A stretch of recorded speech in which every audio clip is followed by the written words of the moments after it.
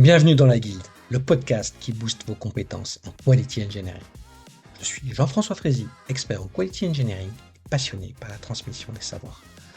Chaque semaine, je te partage des astuces pour transformer ta façon de travailler en Quality Engineering.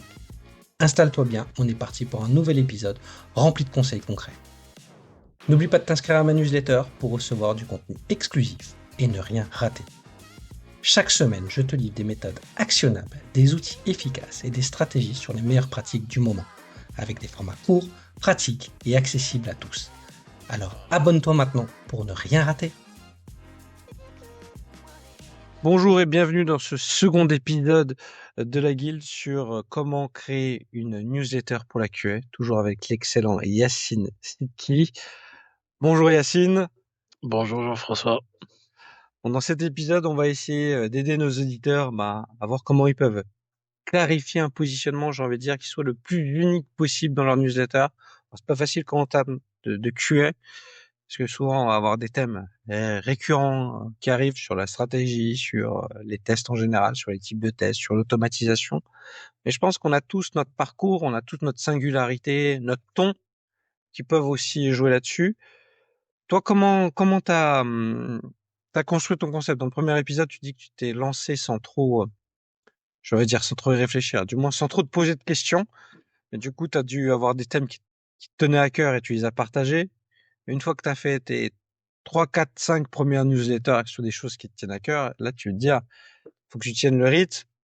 Tu as peut-être dû penser à un concept, à un positionnement, comment tu allais le faire. C'était quoi ton cheminement et ta réflexion pour essayer de continuer à proposer des choses qui à la fois toi t'intéressent, mais intéressent le plus grand nombre de notre communauté de testeurs? Ouais, simplement en deux mots, je dirais s'inspirer du quotidien. En fait, aujourd'hui j'ai la chance d'avoir un quotidien assez riche techniquement parce que j'occupe le rôle d'expert test et donc j'interviens en transverse. J'ai un œil sur tout, tout, tout la, tout, toute la partie technique qui est liée au test et qui concerne chaque projet.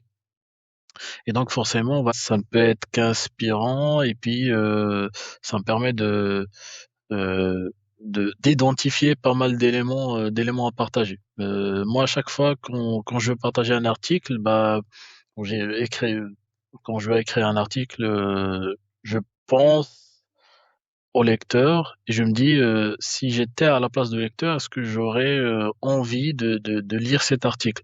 Donc est-ce que ça va pour moi en tant que lecteur, ça va être 3 minutes de lecture perdue ou bien ça va m'apporter quelque chose.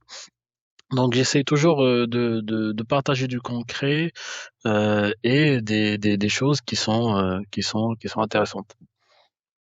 Ok. Et du coup, est-ce que tu te dis, je vise plus des profils techniques, des profils fonctionnels, ou finalement tu te dis, faut qu'elle soit le plus large possible et que, déjà, souvent quand on fait un sujet technique, moi j'essaie de me dire, moi j'ai pas envie que le grand public du test, celui qui a jamais fait d'automatisation, il soit totalement perdu. Donc j'essaye de ne pas faire trop souvent des articles trop compliqués où je vais rentrer vraiment dans les design patterns compliqués, choses comme ça. C'est intéressant, mais c'est vrai qu'après tu es dans la niche. Tu vois ce que je veux dire? Ouais, Et des fois ça peut donner l'impression que c'est trop compliqué l'automatisation. Voilà, c'est à la fois simple et à ouais. la fois compliqué, donc c'est pas évident. Est-ce que tu as un peu toi aussi cette réflexion? Tu veux que ça soit accessible et pas toujours être le super expert qui fait que juste 10% des gens dans notre communauté sont capables de comprendre ce que Ouais. tu dis.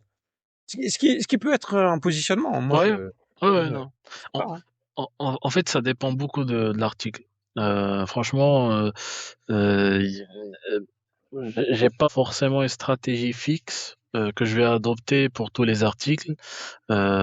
Si par exemple aujourd'hui j'identifie un sujet technique que je juge intéressant à partager dans un article, eh ben ça va être un article technique. Donc forcément, d'après le titre, la personne si Si le site ne lui parle pas, bah forcément elle va pas consulter l'article et puis ça serait pour une prochaine fois. Donc ça dépend beaucoup de l'article et je me mets pas une stratégie fixe de se dire bah moi à chaque article je veux viser tel ou tel public.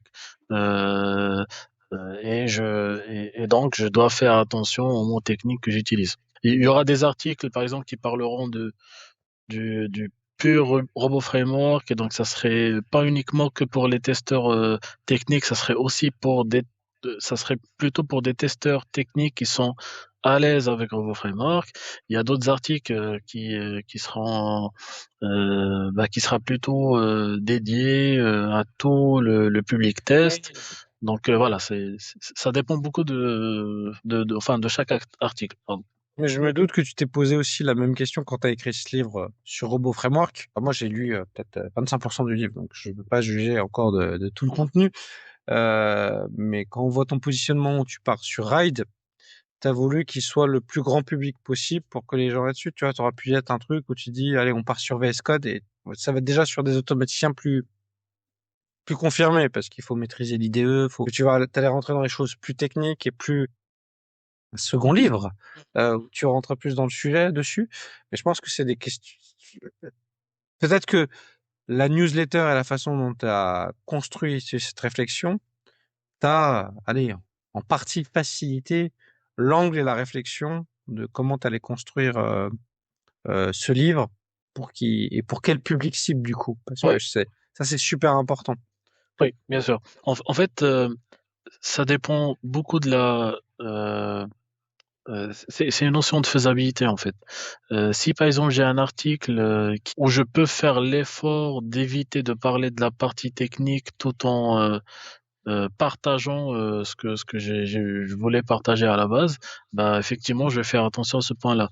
Mais s'il y a d'autres articles où voilà, je peux pas m'en passer de la technique, c'est que c'est pas faisable et donc c'est comme ça. Bah tu as donné un très bon exemple en ce qui concerne Ride.